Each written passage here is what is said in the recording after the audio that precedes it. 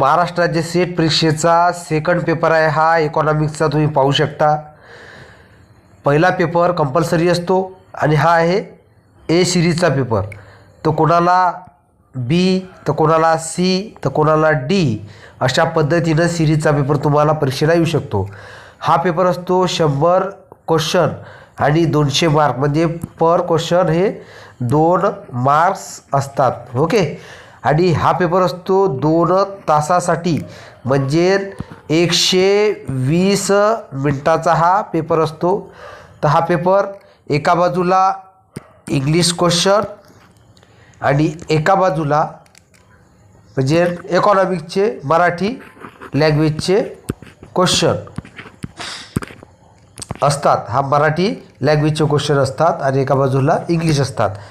तर या मराठीमधून इकॉनॉमिक्सचा जो सेकंड पेपर आहे हा महाराष्ट्राच्या सेट परीक्षेसाठी अशा पद्धतीने असतो.